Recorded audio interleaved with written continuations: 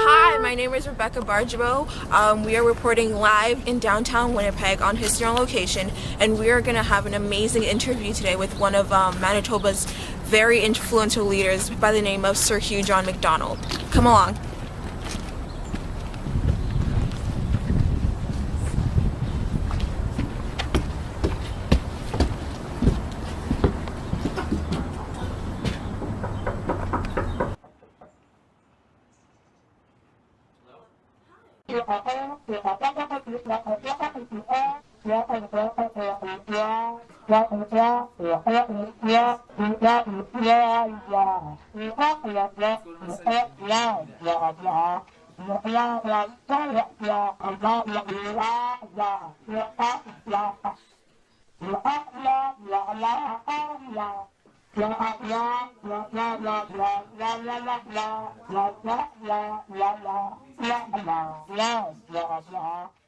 Let's talk a little bit more.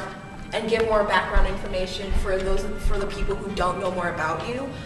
You were born in Kingston, Ontario on March 13th, 1850. Your parents were Sir John A. Macdonald and Elizabeth Clark. You grew up in Kingston, Ontario, and Toronto. Your family moved there in 1856, and you lived with your aunt and uncle for most of your childhood because your father was absent. So tell us more about your childhood. Well, when I was pretty young, my mother died around 1858, and my dad sent me to go live with my Aunt Margaret and her husband, and he didn't visit me very often.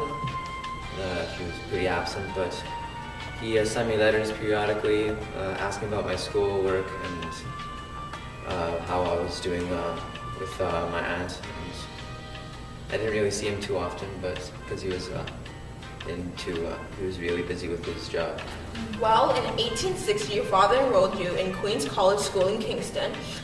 You went to the University of Toronto in 1865. You graduated in 1869 with a bachelor's degree, which is pretty good for you. And after that, you went to law school. You were later called to the bar in 1872, which you passed, and then you started working for your father's law firm. So tell us, was being a lawyer something you always wanted to be? No, not at all, really.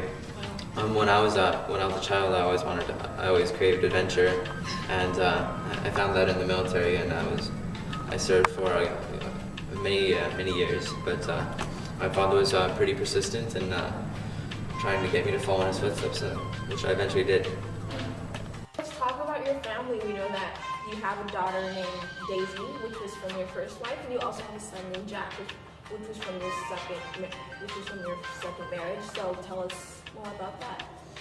Yeah, as you said, I got married to my first wife, Jean Macdonald, and she was Catholic in fact, and with me, a Protestant. It was kind of hard to convince my family to let us get married, but eventually my father came through and he gave us a blessing, in fact. And we had Daisy, as you said, and but after she had Daisy, she died in childbirth. And but after a while, I got married to my second wife, Gertrude.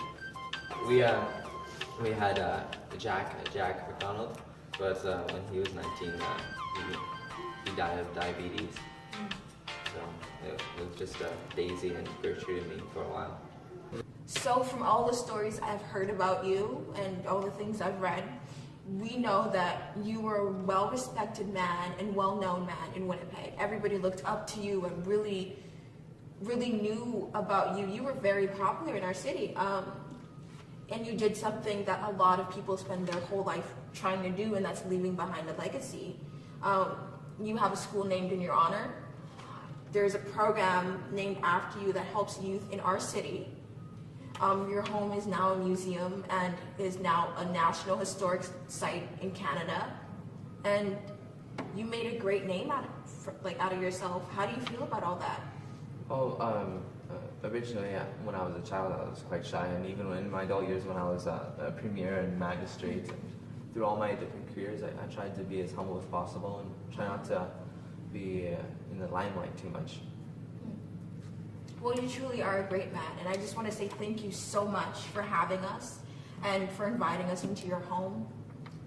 Thank you so much for watching History on Location. Once again, I am your reporter, Rebecca Bargeville, and this has been History on Location, where we are bringing our past to your future.